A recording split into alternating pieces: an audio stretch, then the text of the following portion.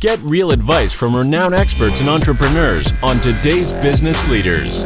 Here's your host, Gabe Arnold.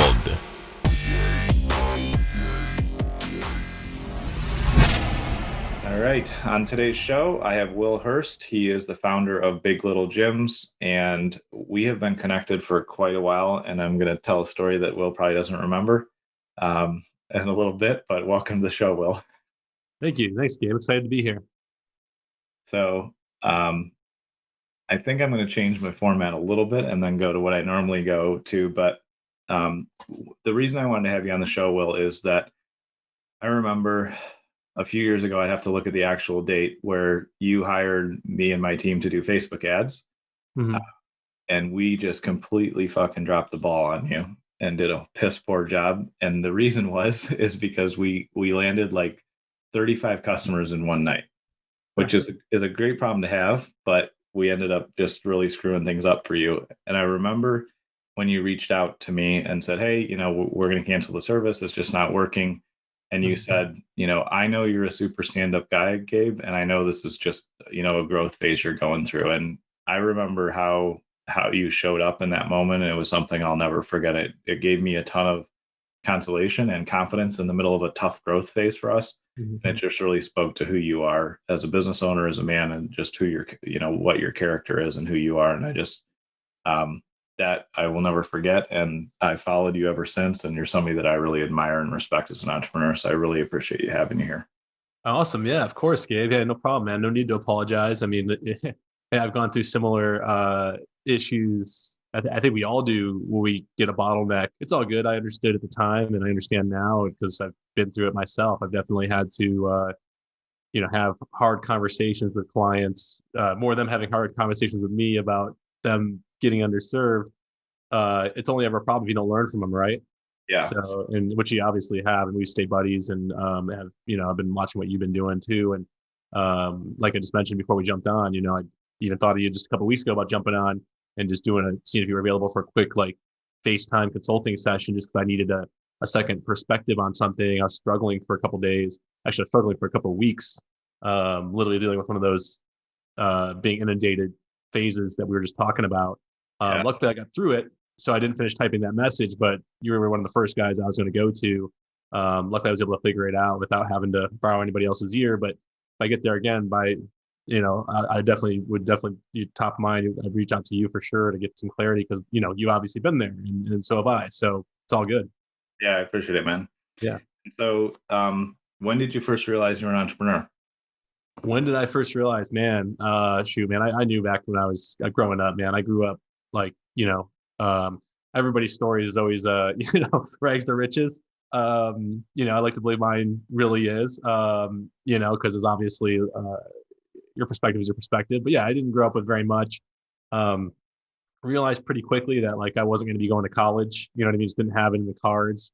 Didn't even really have anybody to educate me on how that system worked and how I could even get a scholarship. Looking back now, knowing what I know now, and watching several friends do it, I was like, oh, I could have done that and probably gone to college or whatever. But I just assumed it wasn't going to happen. So I wasn't a great student. Wasn't there's a lot of things that were indicators that the system isn't for me. And just kind of a somewhat rebellious streak also in my personality. And if everybody goes one way, I go the other. So entrepreneurship, and at the time, entrepreneurship wasn't a cool thing to do. You know what I mean? Entrepreneurship was a weird word. And I mean, now entrepreneurship's a super cool thing to do, right? Everybody wants to be an entrepreneur because people are realizing that the system isn't necessarily all it's cracked up to be. Back then it was still if you didn't go to college, you were a loser, So, but yeah, it worked for me. And I was, dealing baseball cards. Dude, I used to dumpster dive for baseball cards to get more. I would go to the local card, comic book and card shop and dig through their dumpster to get more cards as a collection, because you never knew whose card was going to be worth X amount of money in 10 years, So I was already thinking long term and already thinking how I can make a buck out of nothing, So those are a lot of those things. And then I got, through high school, it was kind of around a rough crowd and all that stuff. It was hey, I just want to graduate from high school and get out on my own. That was literally all that was in my mind. Get through high school without getting addicted to any drugs, any bad influences. any of these things that were going on in the crowd that I was kind of in, because we were from the other side of the tracks, essentially, you know what I mean? And so, I just get through that. And then once I was there, I was like, oh man, the world's my playground. I can do what I want. I moved west, got a great sales job, selling cars from a very reputable family owned dealership. And they taught me the ropes, you know what I mean? They taught me the ropes. Given I already had the skill set, I could talk to people. And I also grew up outside Detroit where I knew cars really well. So like I understood, how to build value. When people came in, I could, we didn't sell the best line of cars. We sold Pontiacs and GMCs and Buicks. And at the time, like they weren't producing the best cars on the planet, in my opinion. But I fully sold out on the brand. And when people come in, I made sure they left with one of those 3 brands of cars and kept, they're looking at a Toyota or whatever. So you just learn how to build value and things like that. But anyways, yeah, those skill sets, they carried on with me. And then I started side hustles, in that same period of time with, I was doing Amazon FBA before it was cool too. Like I was doing Amazon, I think before Amazon went public in like 2008, 2009. I remember I bought, I'm such a rascal now I think back about it, but I got on a site called DHgate, which still exists, where you can buy like bootleg jerseys of like athletes. And I got blacklisted on Amazon back in like 2010 for selling those. eBay won't let me sell either because they warned me and they're like, hey, do you have a license to sell this stuff? And I'm like, no, man, that's legit. And like, keep in mind, guys, like, I'm 37 now, I'm an adult. I was like 22, 23 at the time. So like being a young 20 something, trying to find a way, so yeah, anyways, I did all these little things that were cool before they were cool. I was running Google I started a local landscape company here in Phoenix. It was my first like real entrepreneurial business that kind of blew up. It was just mom and pop. I started in the garage. Like we used to install artificial grass here in Phoenix. So because the real grass doesn't really grow that well. So everybody plants this artificial grass. We kind of caught wind of the new line of products that were coming out. And we're one of the first companies here during the recession, 2008, of when they kind of started making the products really, really nice and look like real grass. So I legit was having like these 1,000-pound rolls of turf shipped to like my garage in my home and loading those into like, my trailer and truck by hand. Really, truly, blue collar type work. I grew that business to $5 million a year, by the way, because I learned how to run Google ads before anybody else learned how to run Google ads. I remember going to a local trade show here, a home and garden show, and I got like the smallest little plot there that I could afford, $500. Meanwhile, next to me was like the guys that were the category kings locally had like 10,000 square foot space and pretty much had built like a full, like you can imagine, like $1 million home landscape at this home and garden show. I just had like a little square of turf, like come check out my turf, But I remember them walking by me, and this is when I first started. I remember them walking by me and like shaking their head and pointing at me and saying like, those Google ad things are never going to work. You know what I mean? Like, because they saw my ads, those things are never going to work. Like, who is laughing now? They went out of business 2 years later because of the recession. They were over bloated, over leveraged, over debted company. I was a lean, mean young guy who knew how to run ads when they were 50 cents a lead. And we were selling jobs, minimum 5K, 6K, 10K profits on these jobs, So that, long story short, I guess, or short story long, I don't know, whichever it was, but that's kind of how it all like started to become evident to me that like, this is the route I need to go. Yeah. That's awesome, man. I didn't realize that you were kind of in the services or contracting into things too, because that's where I got my education, got kicked in the teeth a little bit and learned how all this stuff works. So yeah, 100%. Oh, yeah. And I learned too, man, like that business, that $5 million a year business, I made all the mistakes with it. Like I was good at the marketing and sales side, but that's exactly all I was good at. You know what I mean? Like we did do good installation. I tried to jump through all the hoops. Again, I was in my mid-20s thinking I was invincible. And I tell people now, like I had to sabotage a $5 million a year business in order to learn what I know now. So when that thing pretty much crashed, it never like, it's not like I went broke. I did all the things that entrepreneurs do, which is like, you try to keep wearing too many hats for too long where you can't undo it. So, obviously I don't make those mistakes anymore, but. And yeah, it's interesting because when I built my construction company, I did the same thing. Like the marketing and sales, I nailed down because like paid traffic was cheap. I was getting 20, 30 leads a day. Selling is no big deal. Yeah. But I didn't think about like true profitability, building the team the right way, all the infrastructure in the back end is what you don't think about. You're like, oh, just pour more money in the top, everything will work. It's not Yeah. quite how it goes. So That's exactly what I did. That's exactly. And it was funny. It was the last year when knew we were pretty much going to be done with it, where I finally just said, screw it. I raised, I was also like underpricing the market. Like, again, same thing. I thought like $2 profit was $2 profit. You know what I mean? Like, when in reality, there was a lot of costs coming out of that and we weren't making as much money as we thought. So in the last year, I just jacked the prices like way up. And I was like, I just kind of fed up with it. It was funny that was like our most profitable year was like our last year, but it was really kind of some of the administrative mistakes that we made. So like I said, the hiring mistake really got us like, we put people trying to dance around paying payroll taxes, you're contracting people, which I'm sure you know what that's like. yeah. People tell you not to do that, but you're like, I'm going to do it because I don't want to pay the extra 5% payroll taxes, which, we ended up getting like, someone reported us because they were pissed off because people that work in that trade, even if you fire them for real reasons, they'll still go like report you. And then someone will show up at your door and be like, let's look at all your records, And then we didn't have any records. We didn't keep track of stuff. Like, what are you talking about? Like, the only thing I knew of how much I was selling. You know what I mean? Like, Exactly. so they're like, oh, here's your fine, $100,000. You know what I mean? Like, and I was like, oh Lord, like you can't get away from that unless you want a judgment against you. So we had to pay that. So, and we had more of that stuff breathing down our necks. So, like, is just something a lesson learned. You know what I mean? For sure. Yeah. It was only a couple of years ago that I finished paying off the IRS for not paying people's payroll taxes because I hired them as employees, but I didn't do anything right after that. So Yep. That's exactly. Yeah. I mean, I think everybody goes through that hard lesson learned. Actually, I hope everybody goes through that lesson learned and makes it out the other side. At least some people don't. Some people keep making the same mistakes. And it's amazing to me, like when I talk to young entrepreneurs, I'm like, pay your taxes, get your insurance, get a good attorney, and get a good CPA. And then, the wise ones will do that. And the ignorant ones that go out of business are like you and I were when we were younger, they ignore all that good advice. And it's like, man, I wish you could just experience what I went through to understand what I'm trying to tell you. So, right. Yeah. It's very painful. 100%. And like, obviously with what we both do now with, helping guide other entrepreneurs, I do it with gym owners primarily. That's because I made all the mistakes as a gym owner too, same way. And you try to tell them, you try to change their way of thinking to be more like a CEO of like thinking big picture.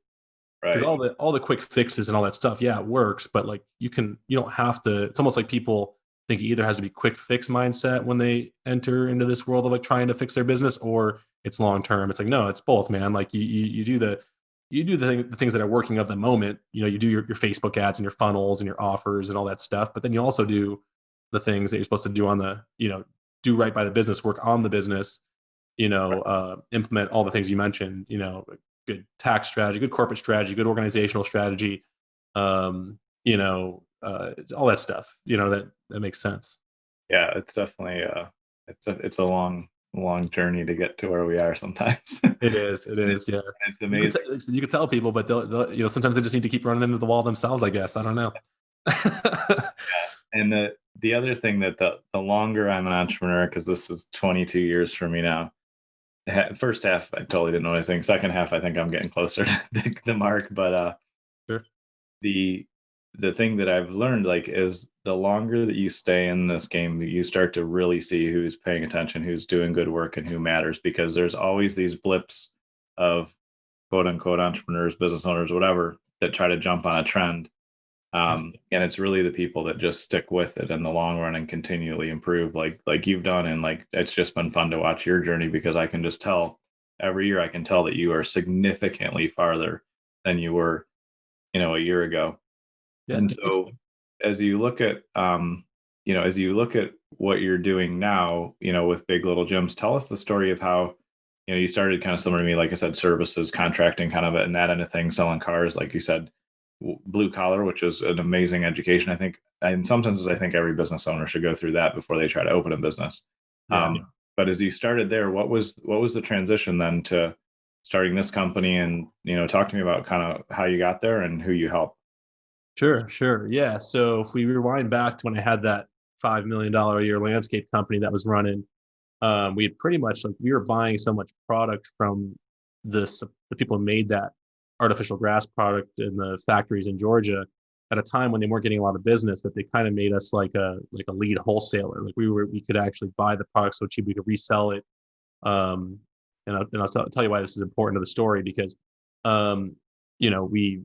we needed warehouses now in multiple states, because now we weren't just serving Arizona as an installer. We were now selling product online. So I also built an e-commerce store selling artificial grass online, which is a hard product to sell because you're selling by the linear foot, which is hard. Like they probably still haven't figured out how to do that properly on e-commerce platforms. So I remember having to like try to figure out how to sell a roll of something by linear foot, but charge them per square. Yeah. Anyways, so we were selling it. We were doing good, and then we wanted to start importing a competing product from China.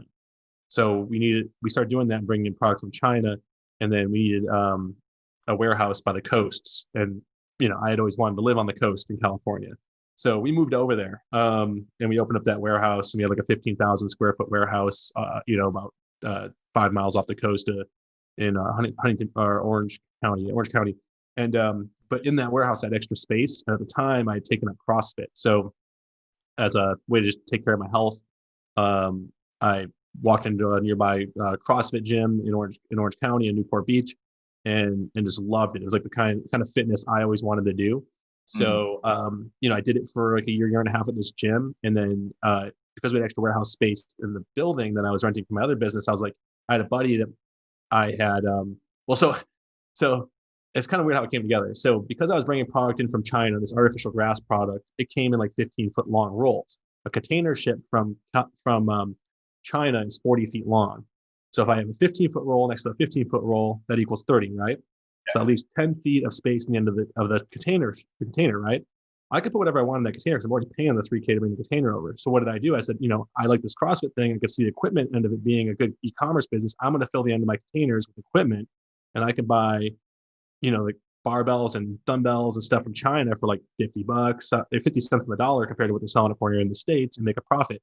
So I did that, and I brought over a couple of container ends full, 10-foot sections full of equipment, had it sitting in the corner of this warehouse.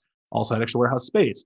I had a buddy from Michigan that was a CrossFit coach that said, hey, I want to move west. So what do I have? I have space, equipment, and I have a guy who can run it. Yeah. Let's start a CrossFit gym. You know what I mean? He moved west. We started this CrossFit gym. It was called Bear Flag CrossFit. The California flag has the bear on it, so it's Bear Flag. And we did that for since from 2011, 2012 through to 2014. Grew a pretty good business at a time when it was pretty easy. Like running a gym, opening a gym back then with CrossFit, it was just hitting mainstream. And you're still at like the early adopter phase where there were like guys like me all over the place that just loved cool niche kinds of fitness. They didn't want to do the classic, bodybuilding thing in front of the mirror. Right. Those were the easy days, the glory days, I call them. And we grew a 200-member gym, and we made enough money for both me and my partner. For me as a side hustle to make an extra few $1,000s. He was able to pay himself an extra few $1,000s and live in California. But then that landscape company, like I said, kind of crashed and burned. So I didn't really want to do that anymore. I wanted to move back to Arizona. So I said, hey, Eric, if you want to buy me out of this gym, you can buy me out of this gym. I'm not going to ask you to pay me for the list we built or the client revenue value, which is normally how you'd evaluate a gym. I just said, I just want you to pay me back for the half of the equipment that I bought, which he did. So he took what he had in his bank account, bought me out. He was able to stay there for a few more years. I took that money, moved back to Arizona, started Spark CrossFit in 2014. And this was an important lesson learned. So 2014 was about when these gyms, at least in a market like Phoenix, which is like a B-tier city where it's relatively competitive with things like fitness, there was gyms on every corner. I was no longer I no longer had first mover advantage, and I wasn't ready for that. I didn't know that. I thought I was going to open this gym and things were going to kind of go how they went for the first gym. Open the doors and they will come. That didn't happen, right? Like it happened a little bit because we did do some organic marketing and we kind of got the word out, but we didn't do any direct response ads or brand awareness campaigns. We didn't use any of these tools I had learned how to use my previous business with this gym. And I went on for a couple of years fighting that, tinkering with things. I thought I'm gonna mess with the website some more. Maybe that'll do it. You know what I mean? Like apply, what we had learned from running 20K a month in Google AdWords back in 2008, 2009 to this gym, and we kind of, luckily I had some cash and some investments and diversifications I'd had. And I was able to stay afloat with the gym. And then finally I got burnt out around 2016, 2017. I was like, screw it, man. I don't care. Part of this problem with these gym owners, not problem with gym owners, but problem with running a gym is you get so latched in the community and what everybody thinks about you, that like you're afraid to like go and market your business in a different way for fear of like what light it's gonna paint you into your members. Yeah. Because it happens. Like you got this tight little community and they don't want anything to change. And you got 150 members and you're making a little bit of money, but not enough to like scratch that success itch that you have. And then, like, man, I need 100 members, but it's going to make this place busier, And then you start doing that, and you start getting the peanut gallery of the people that used to like you, and now they don't like you anymore because they're like, who are all these new people? You're greedy. Like, who are you to go make money? You know what I mean? And some people struggle with that, man. Like me, luckily I got a thick skin. I didn't care. I was like, let's just, we started running ads. We started doing these things, started applying, direct response strategies, brand awareness campaigns, started doing the things we know we should have been doing all along. And we grew that gym from like, just barely getting by to like 400 members and like 60 and 70K months, being able to pay ourselves a solid like 100K a year salary from this gym, and the gym have its own proceeds and capital to spend and upgrades. We had a fully staffed gym. We hired like professional grade, like, coaches that could enhance the member experience and help us with ascension and upsell. We built a business we're super proud of, which is awesome, So anyways, we got there, and then, in that process, I documented a lot of it openly. I kind of did what like, Steven Larson does, where he kind of openly documents his journey. I started publishing and like these Facebook groups that I'm in that were only gym owners, and saying like, hey, here's what we're doing today. Before too long, I had other gym owners asking like, hey, how could you show me how you did what you did? You know what I mean? Or at least part of it, So I tried once, I did a little thing called Metcon marketing before I really knew a lot about funnels. And it was more like redesigning websites and more like web agency stuff for gyms, which I wish I would have stayed with, because we would have been early in that game. And there were some guys that stayed in it that they still build crap products that they just happen to be did stuff for gyms back then, at least in this little niche of gyms too. Like I'm not just in like fitness and just general gyms. I'm kind of in that CrossFit, functional fitness, type of niche. So, and that niche almost kind of has like a barrier to entry. They don't trust everybody because they're kind of like the counterculture of fitness. You know what I mean? Like they're not like, they're not about like fancy Zumba and stuff like that. And, they're like, you got to like work your way in, but I was already in because I'd done it and they'd watched me do it. So I did the Metcon marketing thing, did a few websites, hated it. So I was like, oh, I don't want to do the websites were like, every gym owner thought they knew better. I also just didn't know how to serve them right. I didn't realize that like, hey, I'm the expert. What am I asking them for advice for? You know what I mean? Like, why should I be asking the guy whose website sucks that I'm replacing if he likes it or not? Of course he's not going to like it. He doesn't know what a good website looks like. You know what I mean? Like at the end, I should have just been like, hey, this is your website. We're going to run it. Pay me. But I didn't. I let him drag me out for like 2-3 months at a time, and I hated it. But then, fast forward a couple of years after that, 2018, 2019, we started to see like ClickFunnels and some of these tools and things like that coming out. We're like, oh, this is more what we need to be doing for these gym owners. Like we need to like, instead of rebuilding their whole website, let's do that too. But like, let's also like show them like more direct response strategies, simpler ways of launching campaigns, things like that. And that's when we launched BLG, and it kind of started taking off, you know what I mean? And it's more of like a combination of mentorship, trainings, and tools and software, which is cool. Like we're actually getting into building some software for these gyms that can do a lot of the things that people are trying to put together all in one. Yeah, does that kind of like cover how we got there and how we got here? No, I love it because I think, I just really like how what I heard in your story is like you repeatedly like tried something, learned, and then pivoted and grew out of it. And, like all of us, we don't know what we don't know. And then we have to learn some of it hands-on. But it's really interesting, your evolution of how you kind of got there. And something else you said that to me was encouraging anyway, is like how you started the gym and you just didn't apply all this other stuff that you already knew how to do and you did in another business. Yep. And I'm in an interesting spot right now in my business where it's like we've done mass amounts of lead generation for people in other businesses, and now I'm finally, for whatever reason, actually going to do my own lead gen. Like, and we're growing and fine, but like to take it to the next level, I'm like, I have to actually apply some of the stuff I know. And it's interesting to me that there's certain pieces of my entrepreneurial journey it sounds like maybe it's similar for you, where you have all this expertise and knowledge and you can apply it somewhere else, but you can't always plug it in on your own stuff. And the most important work I've been doing this year is like the internal work of mindset and beliefs and like unstopping weird blocks that I have. Like, and that's just a really weird one because we're really good at that. I just have struggled to plug it into my own stuff. So I finally let go. I let go of a lot of it and let my team do it, which was obviously a huge piece of it, but also just like got over myself. And I think entrepreneurship is fun because not only are there incredible market challenges and opportunities, but I think it's probably one of the most intense personal development paths you could take, in my opinion. Yeah. Oh yeah. 100%. Yeah. I mean, I was going to ask you, as you're saying, like how you're struggling with doing it on yourself, like, that I think where that stems from, you could tell me what it feels like for you, but to me, it just feels like a little bit of insecurity for me when I run into that. Like I'm actually a very similar place. Like we've pretty much grown BLG, like almost organically, like using organic outreach strategies, leveraging a lot of what like the social media platforms give you for free, and just knowing those things really, really well. A lot of like content strategy. I do some remarketing, but haven't really run a lot of like cold traffic ads. I just haven't had to, which is funny because that's, like you said, that's what we help people do.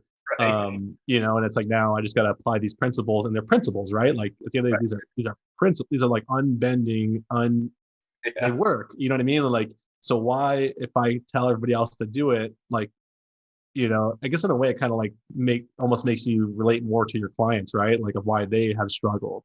Right. Because like there's reasons why they've held back, and sometimes why they're jumping on board with the people like us is so we can, hopefully just move the needle for them a little bit, get them over that hump. I'm right there with you. I got to say, before we jumped on, I think we only had a few seconds. I had mentioned how I'm working on webinars for like a case study funnel. Like, I just got to get that thing going, man. Like, come on. I think I think you're totally right. And I think it definitely comes from insecurity sometimes. For me, I think in a weird way, and I'm getting over myself finally, but I think some of it probably comes from ego somehow, like as I'm just thinking it through, like that's a piece of it. And then the other part that I think is probably just as big a factor, and you can probably relate to this, is like I'm such a direct sales guy that I just want to get on the phone with you and I'll close you, or I'll hold a live webinar and close a bunch of people.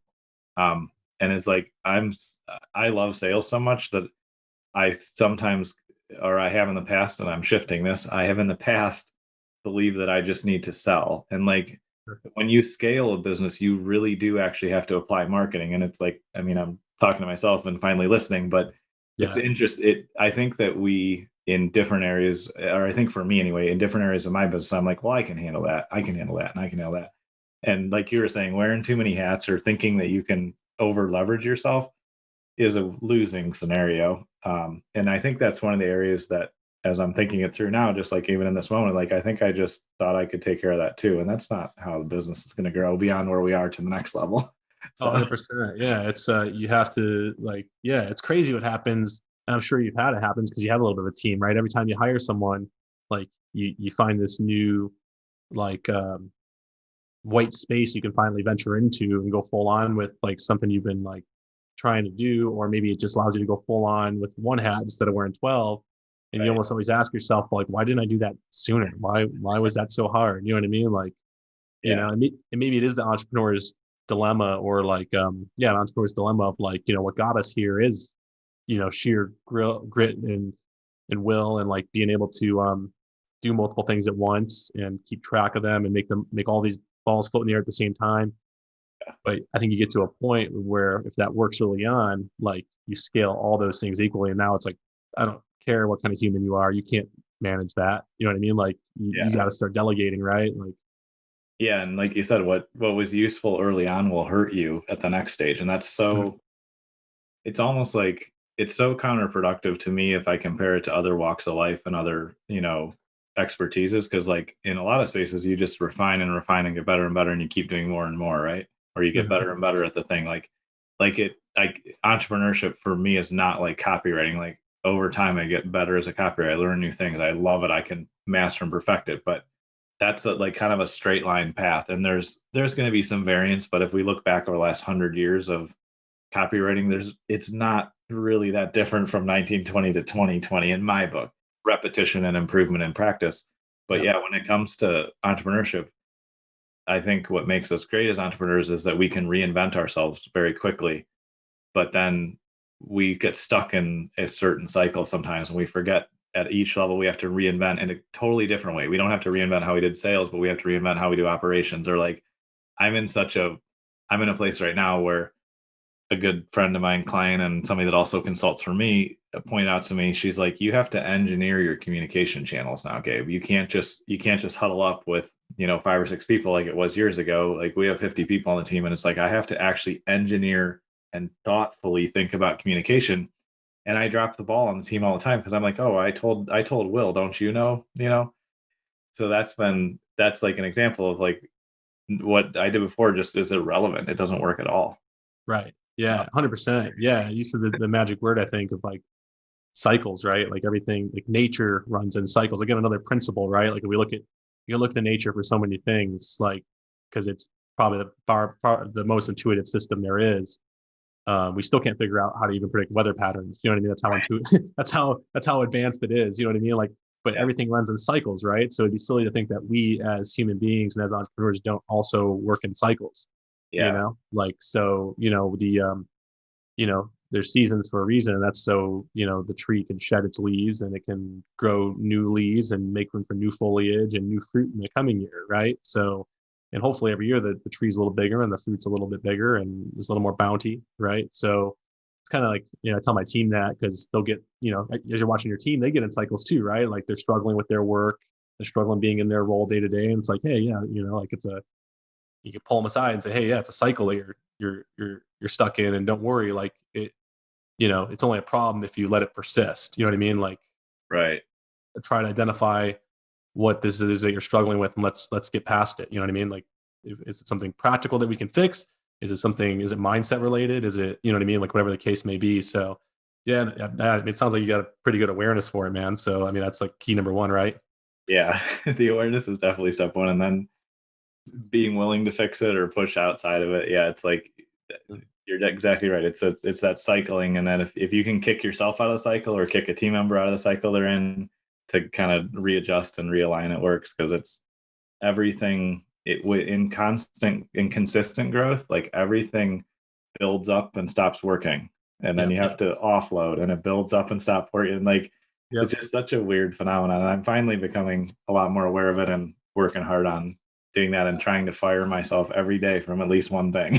It's Yeah. like, Yeah. so, Kind of like your job, right? You're just trying to break your own systems. And it's almost like the sales and market, there's a sales and marketing side and the operations and fulfillment side, which are both separate. Marketing and sales are obviously two different things, but they kind of work in unison. And then operations and fulfillment kind of work in unison. There's some Yep. overlap too, but like these things are constantly leapfrogging, right? Like, oh, my operations and fulfillment is so good right now. I can comfortably handle, 20 more clients. And then you go and get 40 more clients. And now this is here and this is broken. And you're like, shit. And like, sorry, I don't know if I can swear on here. But like, this thing's up here now. And you're like, okay, I need to stop this and fix this. So then you go back here. And then you realize, before too long, okay, I'm still selling 40 clients, but I'm overworked in the sales end. I need to hire sales guys, like, so it's like, which is really hard for guys like us. I can't imagine not being the guy who sells for my companies, but I've done it. And when I have, I'm like, man, like we're closing a little bit less, but I can crank the volume of so much higher.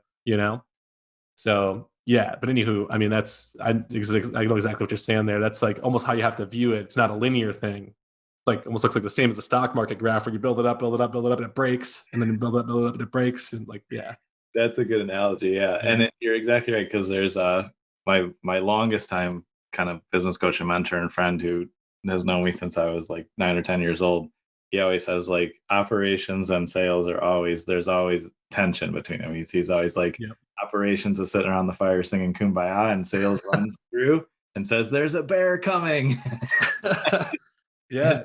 You see it at like tech companies, right? Like the guys who like build the software and like are like, I guess, the nerds behind the scenes, right? Like they like hate the sales department. Like the sales department's over there like with like their fancy outfits and driving Lambos and like, got their like, $5,000 suit on. It's a party. And then the tech guys are like, they're driving in like their hybrid car and like they're two different, like, but as an entrepreneur, you're the same person in both. You know what I mean? but usually you're more one than the other, right? That's what I try to get like our gym owners to understand is like most gym owners are operators and fulfillers. They're not sales and marketers. They're Right. just generally people that love like fulfilling on their service.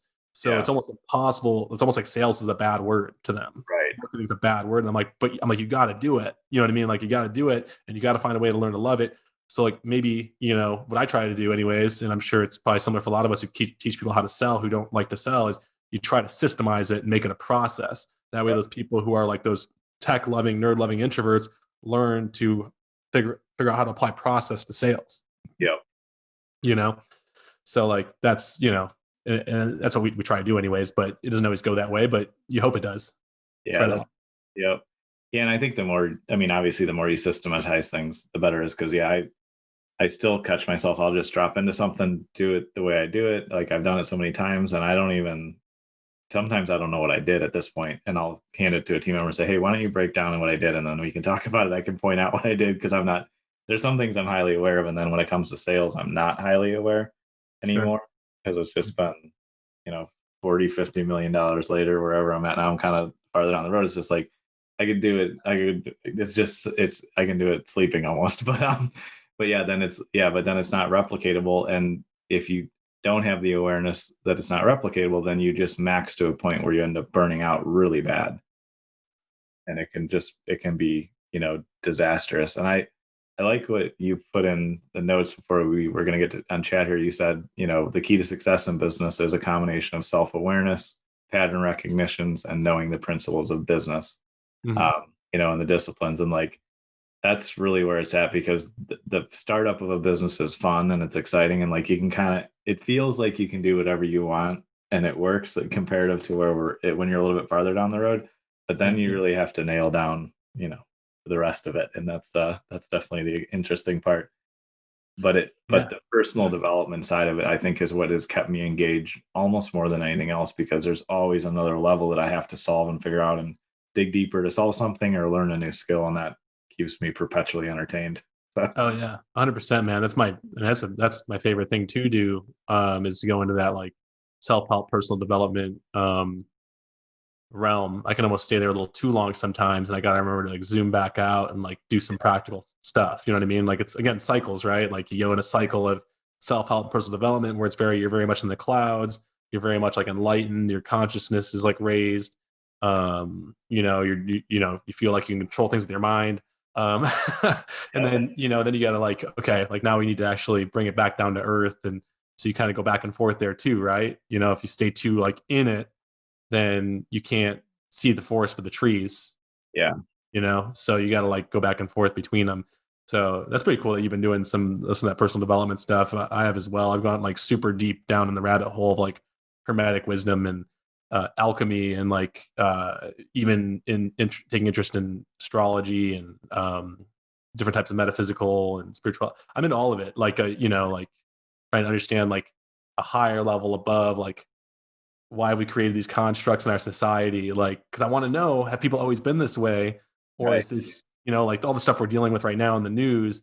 Like, when you start digging deep down those rabbit holes, you start to realize like this is not new. You know what I mean? Like things have been going this way and being disrupted in cycles for millennia. It's human behavior. It's you know what I mean? You start to understand behavior patterns. You start to realize that like the world's not falling apart. Like this is just part of the same cycles that nature works in, right? Like same ways. So it's like, yeah, man, I'm totally with you on that. What's your favorite stuff that you've been getting into?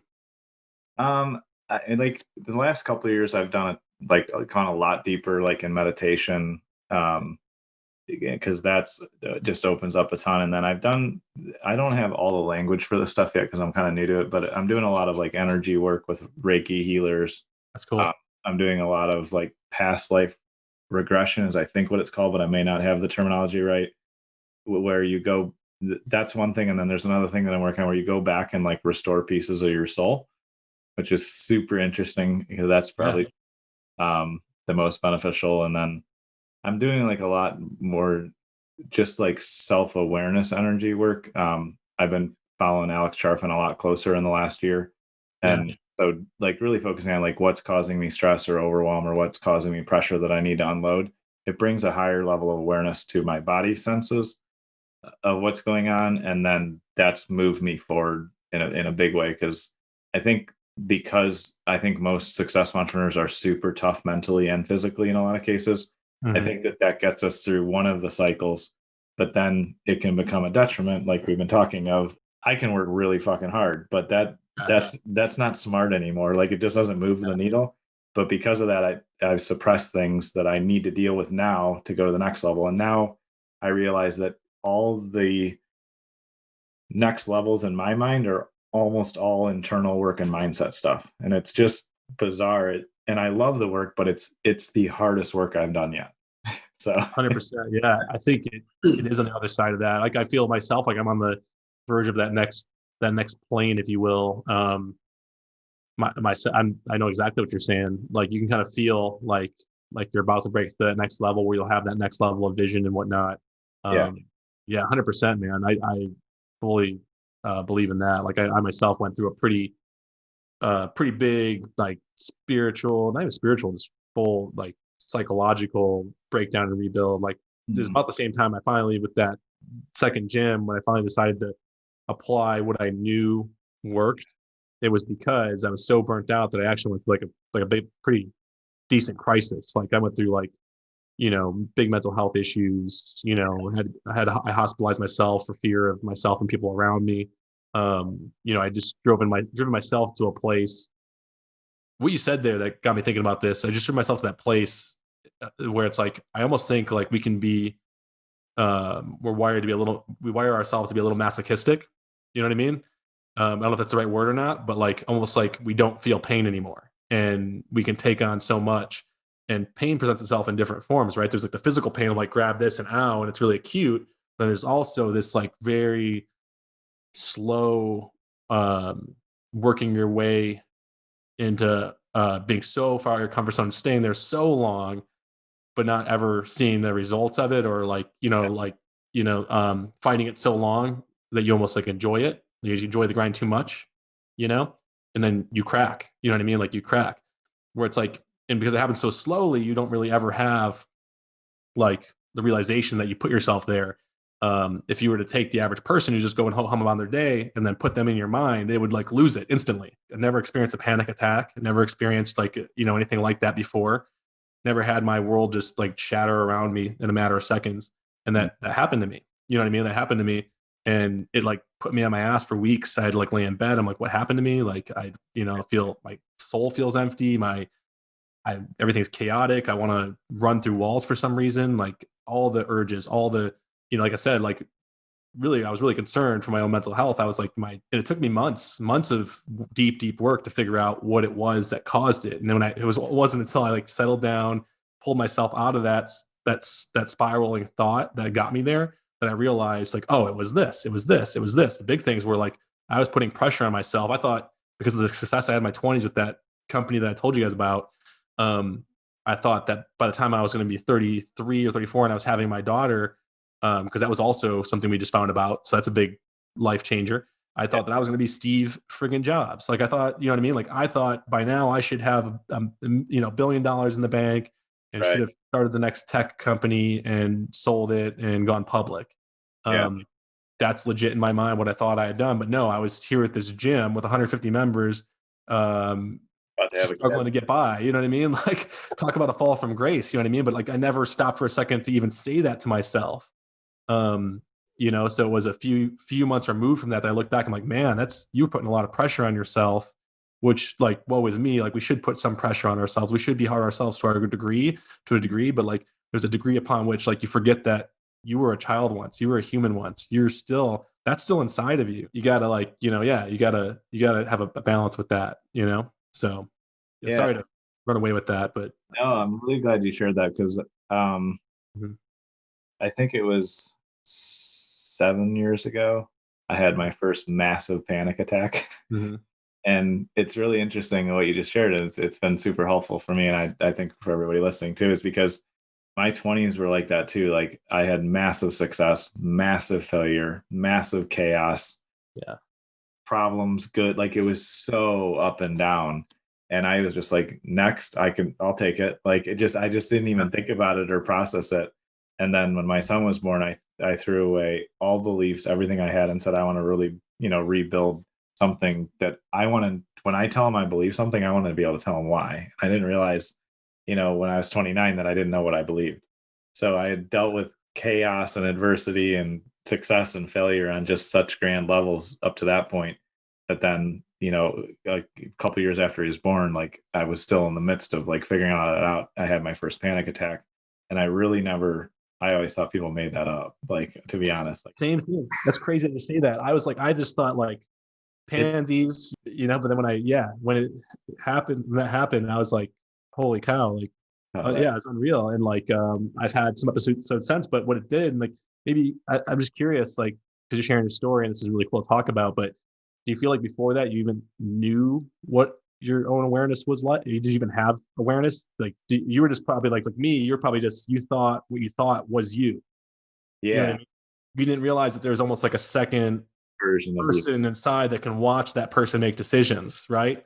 Yeah, And once you had the panic attack, you had to now watch yourself. You had to now watch your thoughts, and you had to now say like, okay, like thought, that's not necessarily my thought. That's brought to me by way of my five senses and the things around me, the environment, the stressors, the people, the things I subject myself to, and you're gonna get weird thoughts. You know what I mean? Like, and I had to do that because I was having like suicidal ideations like persistently after that. It was like my brain was stuck in a never ending loop of like the worst kind of dark thought, right? And which is why I had to hospitalize myself, is because I was like, I'm not sure if I right. feel bad, and particularly if I'm going to act on some of this. So I had to gather this ability to watch my own thoughts and realize, try to figure out what's triggering them. And sometimes you don't know what's triggering them because there's more than five senses. There's another, who knows how many that are tuned into Yeah, going on around you. You know what I mean? And that's when you start getting into that like higher level, energy and like vibration, and like you're silly if people are silly if they don't think this stuff is real, because like, I mean, there's physical manifestations of it around us all the time. Trees can communicate with each other and grow around each other. Birds all turn left at the same time without saying a word. They say something to each other. It's just not on a frequency we can hear, right? So it's like, we know it, like, and who knows yeah, how much bombarding ourselves with all this information is muting that, you yeah. know? There's definitely it's interesting you ask that, because when I was 19, I had such horrible chest pains one time that like I fell on the ground. And of course Mhm. I just ignored it. And now I know it was stress and anxiety. And like that Yep. was the only manifestation that I Yeah. had. And then early 30s, I think 7 years ago, I had my first panic attack, and it's something else. Like it's hard to describe, but it's like you're getting shocked. For me, it was like electrical shocks, couldn't breathe, Yep. crying hysterically, couldn't walk. It was like I was, and I had, in all fairness, I had had a few drinks before it happened, but I wasn't drunk. Like I was buzzed, but it was like unreal. And thankfully Rachel was there with me, Yeah. and really sat with me and calmed me and like worked my way through it. And then that was the first time that I recognized all the anxiety I had had for a long time. Yep. And then that's when I started to get into meditation and, really leaned into working out more and like actually taking care of my body. And it started the shift. And the last panic attack I had was 2.5 years ago. And it was weird because it was after a 3 week Mediterranean trip with Rachel and my son, and like just probably one of the most amazing experiences I'd had so far in my Yeah. life. Get off the cruise boat, get onto the bus to take us back to the airport. And on the bus, I was just starting to freak out and Oh, like wow. really having problems. Like I held it together, but I got off the bus and like I had to sit down. I was crying and like having to explain to my son, "Oh, okay." Like I'm just like, it wasn't a massive one, Sure. but it was like I think it was. And like, I don't think I'm going to have many more if I do, but like, I felt like it was actually like the capstone of like, all right, like you got all the way through it. And it was freaking me out that I was able to take 3 weeks off from work and everything was absolutely fine. And now, fortunately, as long as I'm highly aware of when I have anxiety and it's very low and like my days are structured and I've removed a lot of noise, but I always tell anybody that's dealing with any kind of stressful situation, like, man, dig into meditation, like and meditation is hard in the beginning. It was for me because sitting quietly for 5 minutes when you haven't worked on your brain in who knows how long is really uncomfortable. It's not calming. It's not peaceful. It just sucks. Yep. Or at least it did for me.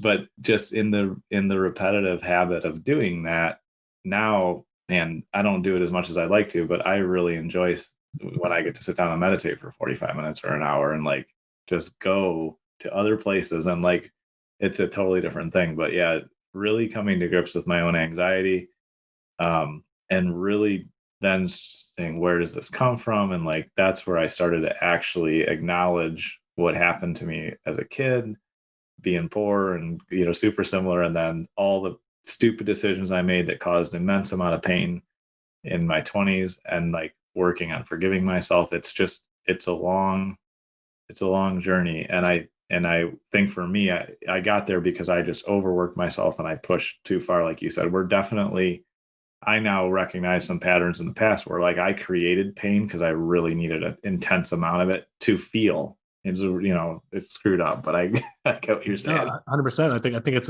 what people call, like a form of masochism in a way, like in how it's probably truly meant. It's not always, it's like you, to a degree, like have learned to handle the pain, can take it on, and can like live right with it, and it doesn't even feel like pain. Like, you know what I mean? It doesn't even like.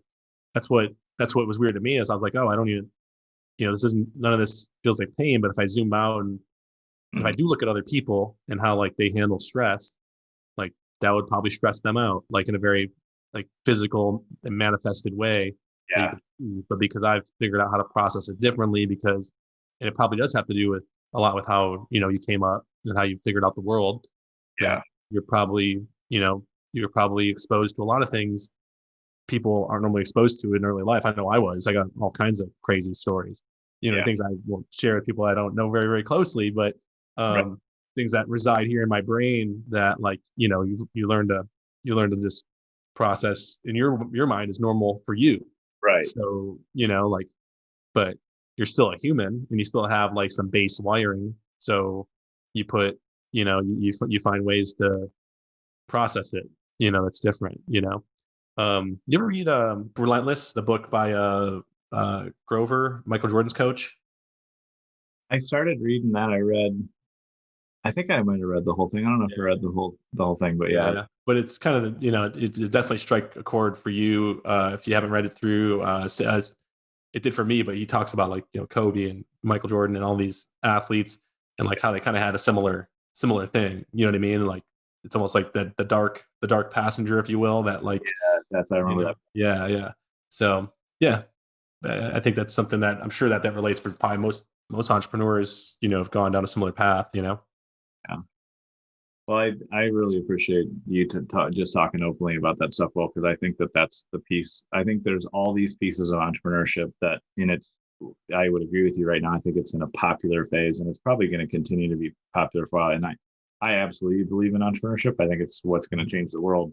And I think that there's unfortunately too many flashy quote unquote entrepreneurs that tell people things that have nothing to do with entrepreneurship, or just max out on things that are really a smaller part of it. And this is a real part of the journey. And it means a lot to me that you're willing to share that and just be open, because I know that other people listening will be like, oh, okay, I'm not crazy, or these things do happen. And hopefully I would strongly encourage everybody listening to really take to heart what we talked about. There's been some warnings here of like, get the right things in place and don't cut corners on your finances, and be conscious of your own mental health, because I do believe that entrepreneurs generally are a lot tougher mentally, but don't push that to where you break. Like you're not going to help anybody or change the world or do anything useful if you overdo that. So I think this has just been a really transparent and valuable conversation. I appreciate you, man.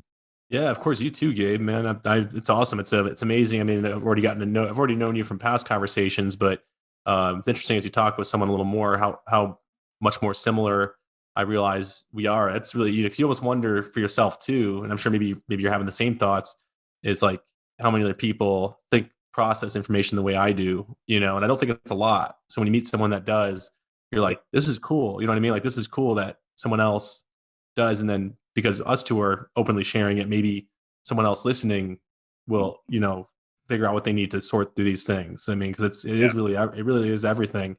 You know, like you said, you nailed it on the head. Like you went through the panic attack thing, and it is what began the healing. Like I would never, I would never wish what I went through upon my worst enemy. Like even if I just really wanted to see someone struggle, I wouldn't make them struggle that bad as I did. Like I really fought some demons after that, and Yeah. like I said, it kind of almost uncorked this like spiraling circle of really bad thought. You know what I mean? And like self harm and just not knowing how to. Like I said, it was crazy. I would never put anybody through that, but like I also would never like take it away from my own journey. And it's even still days now where weird stuff pops in that reminds me that like that's still there. You know what I mean? Like that's still there, but it's also because I have awareness. I realize, oh, like why did that pop up? Okay, what stressors are going on around me? What am I pushing on maybe a little too hard and trying to force here that's causing that warning to go off? You know what I mean? Like, so it's cool, man. And I same thing. I hope, I really feel like that's, and I'm sure in some small way it is for you too. I know in some small way for me, that's what I'm doing for the people that I help. You know what I mean? I'm trying to like liberate them and create freedom and hopefully help them like reach these places that they set out to reach when they started, Yeah, definitely. And I think the other big lesson is like, there are people out there like you, if you're an entrepreneur, and I would encourage everybody to find real entrepreneurs like that are willing to talk about their story like you and I do, and like really have built businesses and failed and really gone through it. Don't trust the flashy guys out there that I won't name that I can't stand. But like really find a community of real entrepreneurs who have actually been through it, that are maybe 10, 15 years down the road farther than you, because there are plenty of people that understand you as an entrepreneur, but in most cases, it's not going to be your family and your friends and your team. And like, they're not entrepreneurs. And like, it's not fair to expect them to understand you. And I know for me, I've lashed out and hurt a lot of people on those fronts, unfortunately, because I wanted them to get it, like, or get me, or like, I'm not sure, can't describe it 100%, but I finally learned to really confide in other true entrepreneurs and people that really get it. And that I'm starting to finally understand how to have a community around me, because I think that's the other thing that drives us to panic attacks or bad behavior, where we crash, is because we don't actually have a real community around us there to support us. 100%. Yeah. I mean, it's, what do they say? Dose. It's like 4 essential brain chemicals that if they're all like well optimized and balanced, like you're going to pretty much be in a state of happiness. And if one of them's off, you're not going to be in there. I mean, so dose, something practical, breaking this down for the practical people, dopamine, oxytocin, serotonin, and endorphins. Dopamine's that reward center, right? We get tons of that as entrepreneurs. Like we don't really need to go out seeking more dopamine releasing things. There's already way too much of it on social media. The big ones are the 2 middle ones for the most part, is oxytocin and serotonin. The reason why most people are on SSRIs is because of serotonin, and how those are triggered. Oxytocin is chemical of like bonding. Like you need to bond with someone. Like what me and you are doing right now. Like I'm the warm, fuzzy feeling I'm getting, that you're getting, that like this is a shared experience. That's oxytocin. Like me and you are far now less likely. It's like we medicated each other in a way. You know what I mean? And then serotonin is status, right? Like if you flounder for long enough without seeing some increase in your status, whether that be however you measure that for yourself, whether that be, whatever status amongst your friends, leadership, physical items. If you really got to have a Lambo to get your status and you don't get it, maybe in that case you need to probably rework what is valuable to you. But for some people that's really what they're stuck on. So whatever, if you don't get that long enough, you're gonna not plug that serotonin receptor or a serotonin molecule into that receptor, and you're not going to get that dose. So now you got to take SSRIs to balance you out. You know what I mean? And I've had to use those before because of what I dealt with. So I know how those can both harm and benefit you. But anyways, you don't need them if you can find these things. And like you said, that's like, if you know it from that perspective, it just reaffirms what you just said. And that's like, you need a community. You need to be around like-minded people that can openly share these things, because the journey as an entrepreneur is not one of just a bunch of tools and practical advice. No. That's the lowest value stuff. And that stuff's going to change tomorrow. It's knowing, like you said, you said you had repeated back what I put in my application of like, it's knowing the principles, and it's knowing the disciplines. You know what I mean? If you know those things, now you have vision. and then you have vision, and now you can see, okay, what tool is out there on the market now that can help me execute this vision quicker, and then tools become valuable. But no matter who's peddling what software, none of it's going to solve your problem if you go straight to it. You know what I mean? Like, yeah, if it was software, we could just buy enough and we'd make billions. Yeah, and there's like a brief window when some new software might actually be like, the panacea for like whatever you're dealing with. But then pretty quickly, if it's that good, your competitors will all know about it. It's a temporary thing. You know what I mean? Like, it's interesting. Like, obviously ClickFunnels is something we're all really, really familiar with. I got a 2 Comma Club award over my shoulder. I've been through Russell's programs. I've done everything but his inner circle because it was full when I went through it. But I was in his the 2 Comma Club coaching program last year, paid $30K to be in it. As soon as you get in there, Russell starts opening up a little bit. And don't get me wrong, he wants to sell the crap out of ClickFunnels. It's what he does. But you start getting into some law of attraction level stuff. You start getting into these conversations like we're talking now. You start talking about rewiring. You start talking about human behavior, behavioral patterns. You start getting, it's like, you start getting into NLP and how to use it on yourself and others. Like, it's like pretty quickly you realize like, okay, like, Russell's obviously got a business to run. He's got to sell ClickFunnels and he's got partners he's got to make happy. Right. And he's an amazing, amazing person. Like, he's very genuine and all that stuff. But, when you get on the inside, you start to really see why he's successful. You know what I mean? Yeah, absolutely. Great insight. And we'll definitely have you back on the show, because this has been a blast. And I knew we were 100% aligned, but it's been fun to explore it and do that more. So everybody can check out biglittlegyms.com, work with Will, especially obviously if you're looking for help on the gym development and growth front. And honestly, I think on all entrepreneurial fronts, I'd highly recommend that people connect with you, Will, and super appreciate you being on today, man. This has been an absolute blast. Yeah, likewise, Gabe. I was incredibly honored just to, that you reached out and had asked, you know what I mean? Like, and I try, there's always people reaching out, trying to get you on their shows because they want to leverage your community or whatever. I didn't think for a second that was the case with this. And I didn't hesitate for a second to schedule a time to jump on with you. Whereas with a lot of these other guys, where I know that that's their angle, I don't take the time. Because obviously with limited time, we got to be working, right? So, but I figured this is, and now I know this was 100% worth the time spent because, and then likewise, you gave me a lot of credit there and told people, anybody who's watching that's considering working with you should, man, because these are the kinds of conversations you can have with someone like Gabe. And like, that's incredibly valuable. That's what's going to help you unlock the next level, Awesome. Well, thank you so much again, Will, and we will definitely have you back soon and get an update on where you're progressing with everything in the business. So thank you so much. Awesome, brother. Thank you, Gabe. This show is brought to you by Today's Business Leaders. Learn more at our website, todaysbusinessleaders.com. Be sure to subscribe on Apple Podcasts or Spotify today.